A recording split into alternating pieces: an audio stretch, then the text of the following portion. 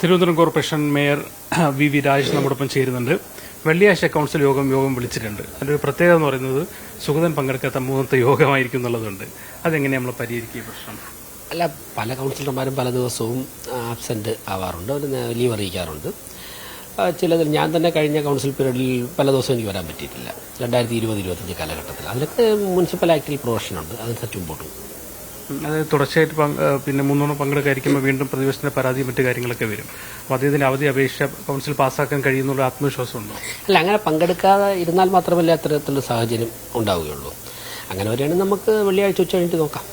ജാമ്യം കിട്ടുന്നുള്ള പ്രതീക്ഷയുണ്ടോ? അദ്ദേഹത്തിന് പങ്കെടുക്കാൻ കഴിയുന്നുള്ള പ്രതീക്ഷ ഉണ്ടോ? അല്ല, ജാമ്യത്തിന്റെ കാര്യമൊക്കെ തന്നെ അഭിഭാഷക സംഘവും ബഹുമാനപ്പെട്ട കോടതിയുമാണ് കാര്യങ്ങൾ മൂവ് ചെയ്യുന്നത്. കോടതിയാണ് തീരുമാനിക്കേണ്ടത്, അഭിഭാഷക സംഘമാണ് മൂവ് ചെയ്യുന്നത്. ഇപ്പോൾ കൗൺസിൽ ചേരുമ്പോഴേക്കും കൗൺസിലിന്റെ മുമ്പാകെ പരിഗണനയ്ക്ക് വരുന്ന കാര്യങ്ങൾ അവിടെ അറ്റൻഡ് ചെയ്യുന്ന കൗൺസിലർമാർ അന്ന് ചർച്ച ചെയ്യേണ്ട അജണ്ട, അതിനൊക്കെ അനുസരിച്ചായിരിക്കും കൗൺസിൽ മുന്നോട്ട് പോകുന്നത്. അത് വെള്ളിയാഴ്ച 31-ാം തീയതി ഉച്ചയ്ക്ക് 2:30 എങ്ങനെയാണ് ഡെവലപ്പ് ആവുന്നതെന്ന് ഇപ്പോൾ പറയാൻ സാധിക്കില്ല. അപ്പോൾ എന്തൊക്കെ വന്നാലും ഏതൊക്കെ സാഹചര്യമായാലും അത് നിയമത്തിനകത്ത് നിന്നുകൊണ്ട് കൗൺസിൽ ഭംഗിയായിട്ട് മുന്നോട്ട് പോകും. സുഗതന്റെ അവധി ഇഷ്യൂ പരിഹരിക്കാൻ കഴിയത്തുള്ള ആത്മവിശ്വാസമുണ്ട്, അത് മറികടന്ന് മുന്നോട്ട് പോകും. അല്ല, ഞാൻ ഒരു വ്യക്തിയുടെ ഒരു കൗൺസിലറുടെ ഇതല്ല പറയുന്നത്.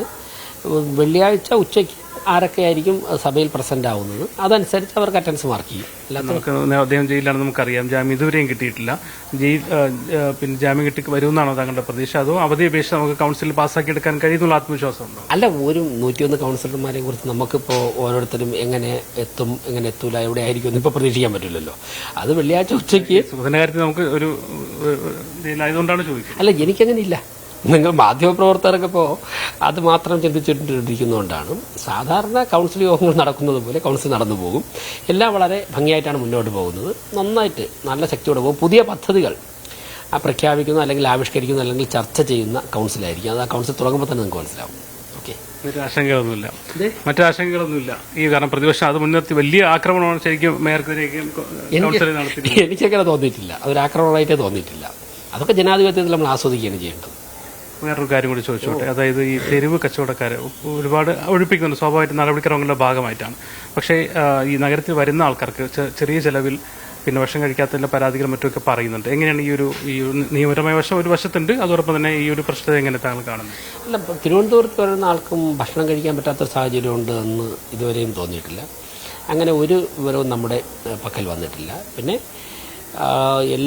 അത് ഞാൻ വ്യക്തിപരമായിട്ടുള്ള അഭിപ്രായമാണ്. പല കോണുകളിൽ നിന്നും അനിയന്ത്രിതമായിട്ട് ഭക്ഷണ സാധനങ്ങൾക്ക് വില കൂട്ടുന്നു. പല കടക്കാരും അവരുടെ ഇഷ്ടം പോലെ വില കൂട്ടുന്നു. അത് തട്ടുകടക്കാരും പലരും വില കൂട്ടുന്നുണ്ട്. അപ്പോൾ അങ്ങനെയുള്ള അഭിപ്രായം ജനങ്ങളുടെ ഭാഗത്തുനിന്ന് പലരും പറയുന്നുണ്ട്. ഞങ്ങൾ ഇടപെടേണ്ട വിഷയമല്ല അത്. പക്ഷേ ഒരു പൊതുപ്രവർത്തനം എന്നുള്ള അല്ലെങ്കിൽ ശ്രദ്ധയിൽ വന്ന് മീഡിയ ചോദിച്ചപ്പം ഈ കോണ്ടാക്റ്റിൽ ഞാൻ പറഞ്ഞെന്ന് മാത്രം. ഈ തട്ടുകടകളെ ഒഴിപ്പിക്കുന്ന സംബന്ധിച്ച് അവർക്കൊരു നിയമപരമായൊരു സാധ്യത ഒരുക്കുന്ന എന്തെങ്കിലും അവസരത്തെക്കുറിച്ച് ആലോചിക്കുന്നുണ്ടോ? വരട്ടെ, നോക്കാം. ഇങ്ങനെയുള്ള എന്തായാലും നിയമത്തിനകത്തുകൊണ്ട് മാത്രമേ ഒരു ഭരണസമിതിക്ക് പ്രവർത്തിക്കാൻ സാധിക്കുകയുള്ളൂ. ഞങ്ങൾ നിയമത്തിനകത്തു നിന്നുകൊണ്ട് തന്നെയാണ് പാളയത്തിയത്, നിയമത്തിനകത്തു നിന്നുണ്ടല്ലേ ചെയ്തത്. അതുകൊണ്ടാണല്ലോ അവിടെ ഒരു എതിർപ്പോ ഒരു കേസോ പോലും വരാത്തത്. തീർച്ചയായും വെള്ളിയാഴ്ച കൌൺസിൽ യോഗം മുന്നോട്ട് കൊണ്ടുപോകാൻ കഴിയുന്നുള്ള ആത്മവിശ്വാസം തന്നെയാണ് അദ്ദേഹം പങ്കുവയ്ക്കുന്നത്. സിജുവിനൊപ്പം മുഹമ്മദ് അസ്ലം, മീഡിയ 1, തിരുവനന്തപുരം.